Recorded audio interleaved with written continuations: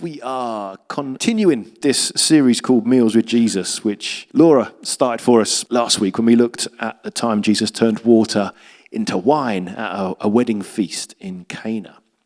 And this week, we're looking at another food-based event in the life of Jesus. Although you might think the portion size that's talked about today is pretty underwhelming, to say the least. If you're not quite sure what I mean, let's have a look at this short story from Mark's Gospel. One Sabbath, Jesus was going through the grain fields. And as his disciples walked along, they began to pick some heads of grain. The Pharisees said to him, "Look, why are they doing what is unlawful on the Sabbath?" He answered, "Have you never read what David did when he and his companions were hungry and in need?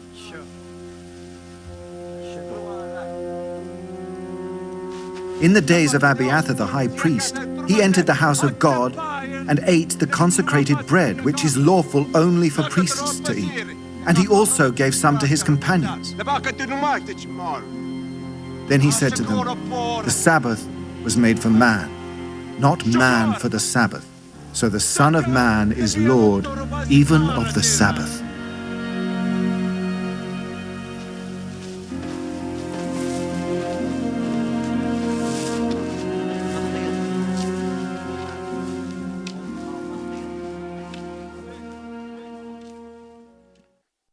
You might think calling this a meal with Jesus is stretching it a bit, but a snack with Jesus didn't quite feel the right title, really. Either way, in this reading, we see the disciples picking grains of corn to eat as they walked through a grain field. So what, though, we might think, with their actions here?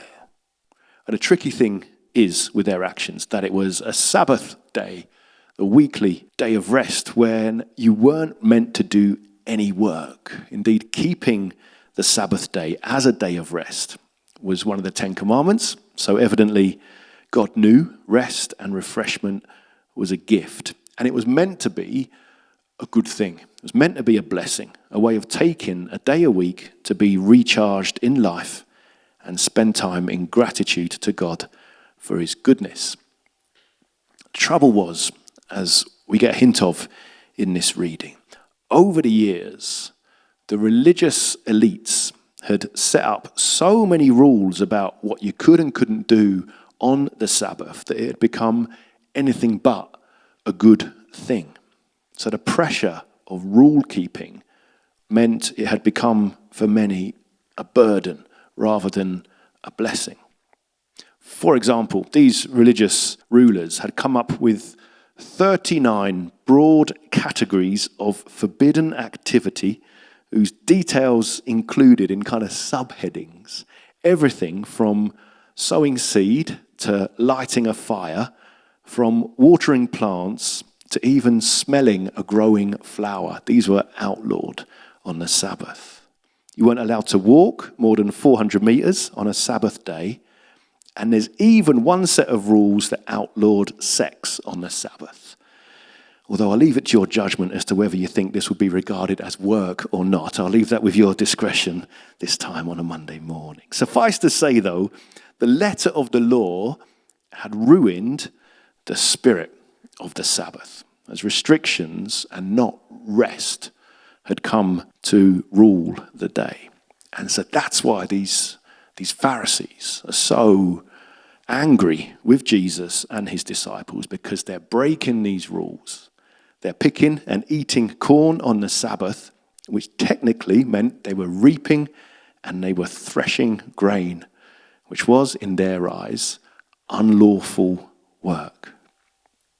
And yet, as we saw, and I like how unimpressed Jesus' face is here, Jesus was having none of it. So he answers their accusations in this way. He says, "Have you never read what David did when he and his companions were hungry and in need?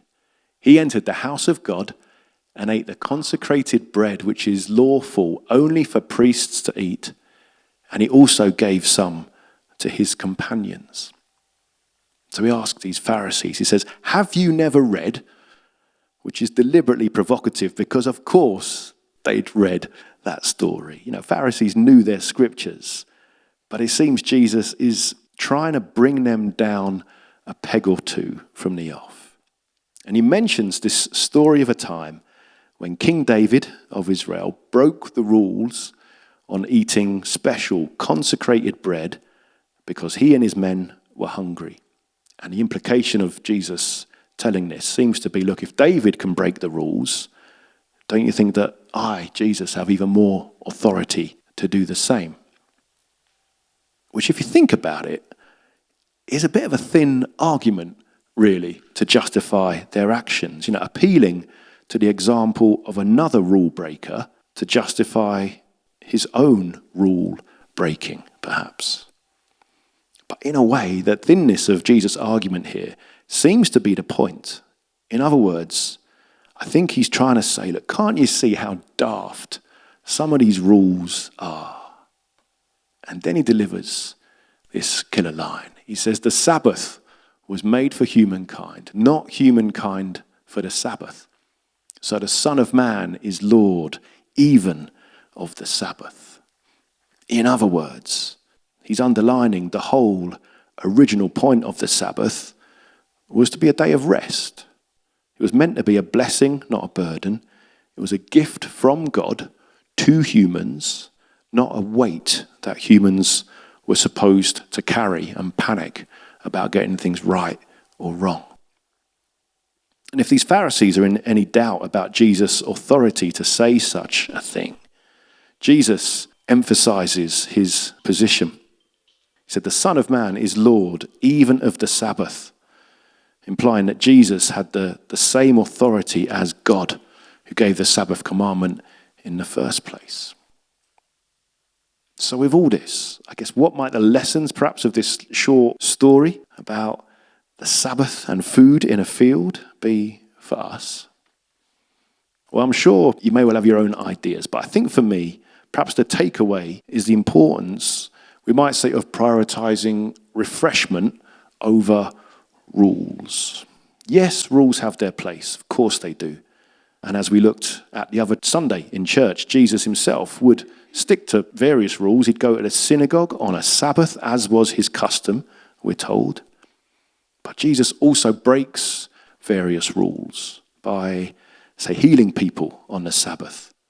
Since although that was work in the Pharisees' eyes, and Jesus got criticized for healing people on the Sabbath, it was much more important to Jesus to offer renewal and release to people than be a job's worth and a stickler for the rules.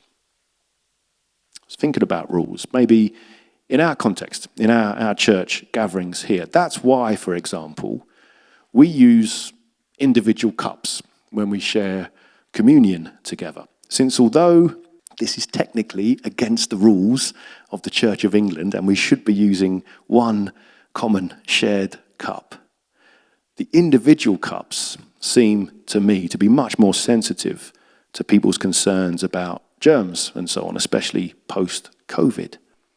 In this way, I think communion therefore remains a time of renewal and refreshment rather than a rigid ritual of rules. Equally, I wonder for you, perhaps, or us in our own lives, what rules might we think can be relaxed in order to discover more of God's refreshment or renewal? So I know for me and Gemma, as parents, is when we relax the rules about bedtime for our kids that they really come alive. They love us stretching those rules and their kind of time to turn the light out.